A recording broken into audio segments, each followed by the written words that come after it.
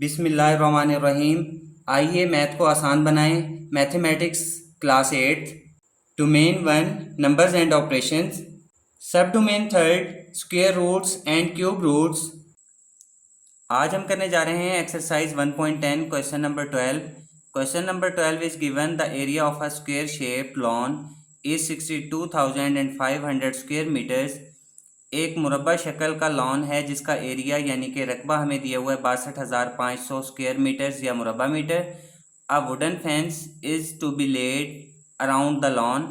इस लॉन के गिर्द एक फेंस जो है लकड़ी की बनी हुई एक फेंस यानी कि बाड़ लगाई गई है। What is the length of a wooden fence required. वो हमसे पूछ रहा है कि जो ये वुडन फेंस है यानी कि लकड़ी की जो बाड़ लगाई गई है उस लॉन के गिर्द उसकी लंबाई कितनी है। What will be its cost at the rate of 50 rupees पर metre.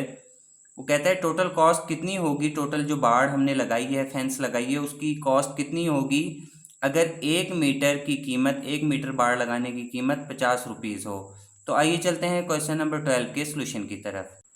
Exercise 1.10 question number 12 solve करने से पहले हम इसकी स्टेटमेंट दोबारा से रीड करेंगे। The area of a square shape lawn is 62,500 square metres. एक मुरब्बा शक्ल का लॉन है जिसका एरिया रकबा दिया हुआ है हमें 62,500 स्क्वायर मीटर्स यानी कि मुरब्बा मीटर। A wooden fence is to be laid around the lawn. उस लॉन के गिर्द एक लकड़ी की फेंस लगाई गई है, बाड़ लगाई गई है। अब वो पूछता है what is the length of a wooden fence required. वो कहता है जो वुडन फेंस है यानी कि लकड़ी की जो बाड़ उसके गिर्द लगाई गई है उसकी कितनी लंबाई की हमें जरूरत है, कितनी लंबाई मतलब है। What will be its cost, उसकी कीमत क्या होगी at the rate of 50 rupees per meter. यानी कि अगर 1 मीटर की प्राइस 1 मीटर बाड़ लगाने की प्राइस 50 रुपीज हो तो कहता है कि जो टोटल कॉस्ट आएगी पूरे लॉन के गिर्द बाड़ लगाने की उसकी कॉस्ट कितनी होगी टोटल। तो सबसे पहले जो चीज हमें गिवन है वो देखते हैं। हमें एरिया दिया हुआ है स्क्वायर शेप लॉन का। हम यहां पर लिखेंगे जो चीज गिवन है area of square lawn. Area को ए से डिनोट किया जाता है और ये हमें गिवन है 62,500 स्क्वायर मीटर्स, 62,500 मुरब्बा मीटर। स्क्वायर मीटर्स को ऐसे भी लिख सकते हैं और आप इस शक्ल में भी लिख सकते हैं। अब इसके बाद आगे दिया गया है a wooden fence is to be laid around the lawn. Lawn के गिर्द एक लकड़ी की बाड़ लगाई गई है। आगे है what is the length of the wooden fence required. अब हमने वुडन फेंस जो है लकड़ी की बाड़ है उसकी लंबाई मालूम करनी है। तो आप ये देखें यहाँ पर मैंने लॉन की शेप बनाई है, फर्जी शक्ल बनाई है। ये स्क्वायर शेप में है, मुरब्बा की शक्ल में है। अब जो बाड़ होती है वो आप जानते हैं कि इसकी बॉर्डर्स के साथ साथ बाड़ लगाई जाती है, फेंस लगाई जाती है। अगर हम यहाँ से स्टार्ट करें इस कॉर्नर पर, फिर इस कॉर्नर पर, इस कॉर्नर से इस कॉर्नर पर वापस आएंगे तो चारों तरफ इसके बाड़ लग गई। ये जो बाहर वाला सारा डिस्टेंस होता है अगर हम चारों इसके जो साइड्स हैं उनको कवर करें तो वो सारा डिस्टेंस मिला के स्क्वायर का वो किसके इक्वल बनता है, पेरीमीटर के, जिसको उर्दू में अहाता कहते हैं।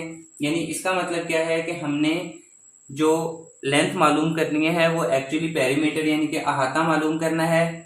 तो हम यहाँ लिखेंगे length of fence, length of fence यानी कि बाड़ की लंबाई जो कि हमने मालूम करनी है।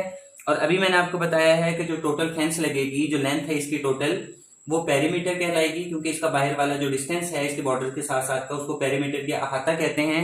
तो यहाँ पर मैं याद रखने के लिए लिख लेता हूं पेरीमीटर यानी कि अहाता। अब जो पेरीमीटर होता है स्क्वायर का वो इक्वल होता है 4 multiply by side. 4 multiply by side यानी कि जो स्क्वायर लॉन है स्क्वायर की 4 साइड्स होती हैं 1 2 3 4। एक साइड को 4 से मल्टीप्लाई कर दें या फिर side plus side plus side plus side, तब भी 4 साइड्स बनेंगी। तो अलग अलग अगर उन्हें ऐड करेंगे तब भी यही बनेगा 4 side, 4 multiply by side same answer आएगा, चाहे उसे आप ऐड करके 4 साइड्स को कर लें या फिर 4 मल्टीप्लाई बाय साइड कर दें। अब यहाँ पर देखें कि ना हमने 4 मल्टीप्लाई बाय साइड इसका फॉर्मूला ये लिखा है लेकिन हमारे पास साइड भी मौजूद नहीं है स्क्वायर की। तो हम स्क्वायर की साइड कैसे मालूम कर सकते हैं, इसका फॉर्मूला हमें ऑलरेडी पता है, साइड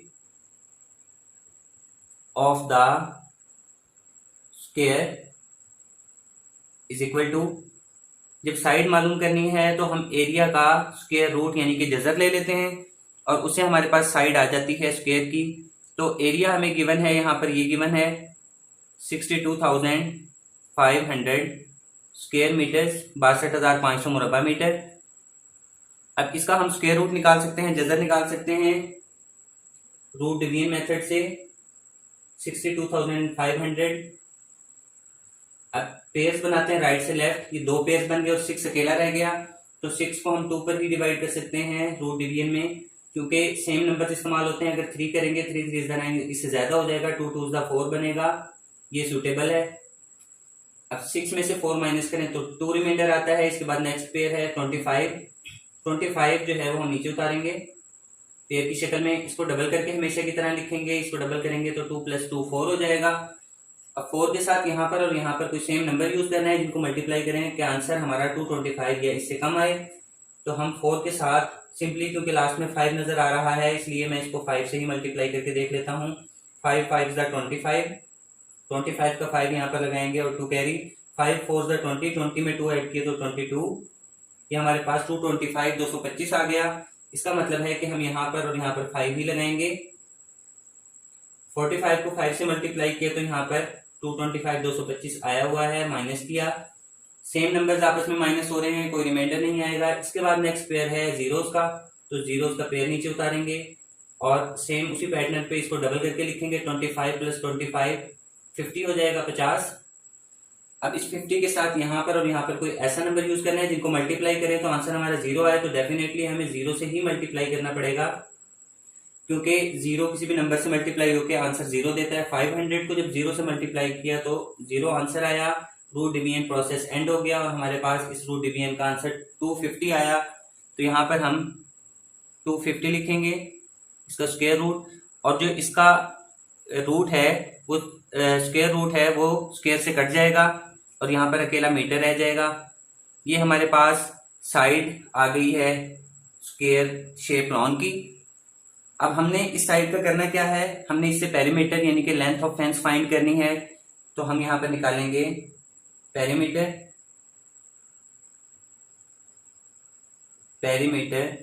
ऑफ लॉन।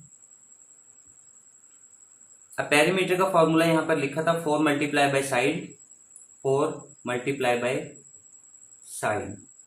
4 को मल्टीप्लाई कर देंगे 250 मीटर से, क्योंकि साइड जो है 250 मीटर्स है, तो 250 मीटर से इसको मल्टीप्लाई करने से हमें हासिल होगा कितना, 250 को 4 से मल्टीप्लाई कर लेते हैं। वैसे तो सिंपल है, ये जुबानी भी कर सकते हैं, लेकिन मैं आपको पूरा कंप्लीट प्रोसीजर करके दिखाता हूँ। 4 0 0, 4 5 20, 20 का 0 लगेगा और 2 कैरी, 4 2 8, 8 में 2 ऐड करेंगे तो 10 हो जाएगा। ये हमारे पास 1000 आ गया, 1000, और साथ में ये मीटर लगेगा। अब ये हमारे पास पेरीमीटर यानी कि लेंथ ऑफ फेंस, बाड़ की लंबाई हमारे पास आ गई है। ये हमारा आंसर नंबर 1 हो गया जो कि रिक्वायर्ड था। अब हम आंसर नंबर 1 निकालने के बाद नेक्स्ट क्वेश्चन की तरफ जाते हैं, जिसमें पूछा गया है what will be its cost at the rate of 50 rupees per meter. कहता है कि ना जो टोटल हमने फेंस लगाई है, बाड़ लगाई है, इसकी टोटल कॉस्ट कितनी होगी। अगर 1 मीटर पर मीटर का मतलब है 1 मीटर की कॉस्ट हो 50 रुपए, तो टोटल कॉस्ट उसकी कितनी होगी।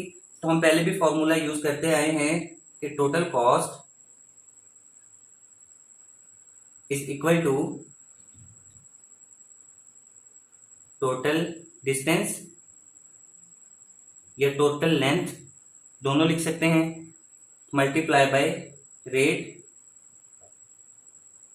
से मल्टीप्लाई कर देंगे।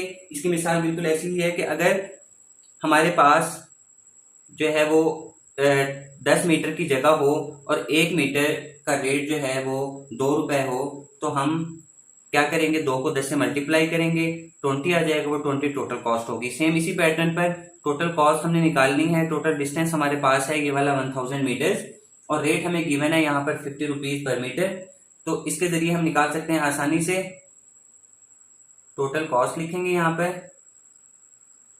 Total cost is equal to, अब टोटल डिस्टेंस हमारे पास 1000 मीटर 1000 मीटर है, मल्टीप्लाई करेंगे। रेट क्या है 50 रुपीज़ पर मीटर, तो यहाँ पर लिख लेंगे RS 50 और पर मीटर का मतलब है कि ओवर बटा मीटर, यानी कि 1 मीटर के 50 रुपये लगेंगे।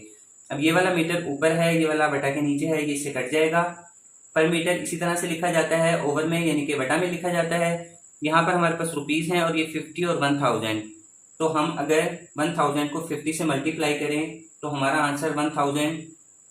पहले हम इसका आसान पैटर्न भी मैं आपको बता देता हूँ कि जिसमें जीरोस इस्तेमाल हो रही हो। एक जीरो ये है, 2, 3 एंड 4 जीरोस पहले लगा लें। इसके बाद 5 और 1 बच गया, 5 को 1 से मल्टीप्लाई कर देंगे, 5 1 5, 50,000 50,000 रुपीज, यानी कि जो टोटल फेंस है, वुडन फेंस लगाई है, उसकी टोटल कॉस्ट जो आएगी वो 50,000 रुपीज है। ये हमारा आंसर नंबर 2 हो गया। आज हमने एक्सरसाइज 1.10 क्वेश्चन नंबर 12 सॉल्व किया है और उम्मीद है आपको क्वेश्चन की बहुत अच्छे तरीके से समझ आ गई होगी, क्योंकि मैंने अपनी तरफ से बहुत अच्छा एक्सप्लेन करने की कोशिश की है। अगर आपको हमारी वीडियो पसंद आई है तो प्लीज हमारे चैनल को सब्सक्राइब करें, लाइक का बटन दबाएं, ज्यादा से ज्यादा शेयर करें और बेल आइकन पर क्लिक करें ताकि नेक्स्ट क्वेश्चंस की वीडियोस आपको नोटिफिकेशन में मिलती रहें। Thank you.